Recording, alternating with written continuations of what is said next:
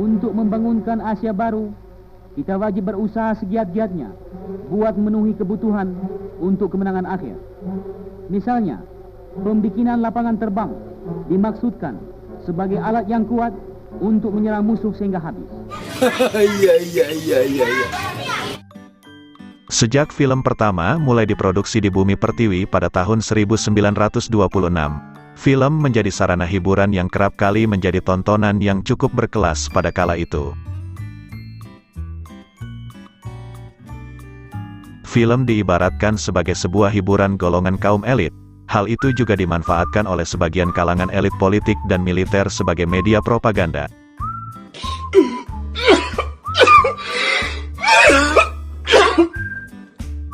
Kepopuleran film pada saat itu juga dimanfaatkan oleh Jepang sebagai sarana propaganda di tanah air.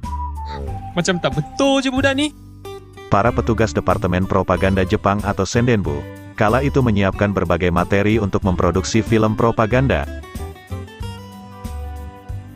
Daerah kependudukan militer di Indonesia saat itu disasar oleh Jepang untuk menyebarkan film propaganda. Salah satu daerah yang disasar oleh Jepang untuk menyebarkan film propaganda adalah kota Semarang. No! Di kota Semarang, sebuah film propaganda juga dibuat pada tahun 1942 hingga 1945. Film tersebut berisi tentang rekrutmen dan pendaftaran tenaga kerja atau Romusa di kota Semarang.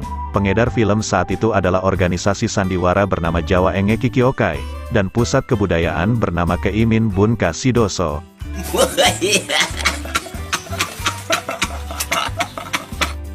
Melalui organisasi bentukan pemerintah militer Jepang itu, film propaganda disebarkan. Jawa Eiga Kosa didirikan pada bulan September tahun 1942, dan berubah menjadi Jepang Nippon Eigasa pada April tahun 1943. Pada masa ini, setiap bioskop di Hindia Belanda diwajibkan menayangkan slide dan memutar film-film pendek berisi bahan penerangan dan propaganda Jepang. Bahkan karena keterbatasan gedung bioskop saat itu, pihak pemerintah Jepang menggelar bioskop keliling. Namun di tahun 1944, keberadaan film propaganda Jepang diberangus.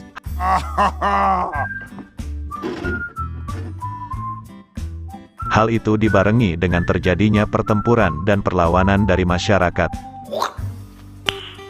Nice.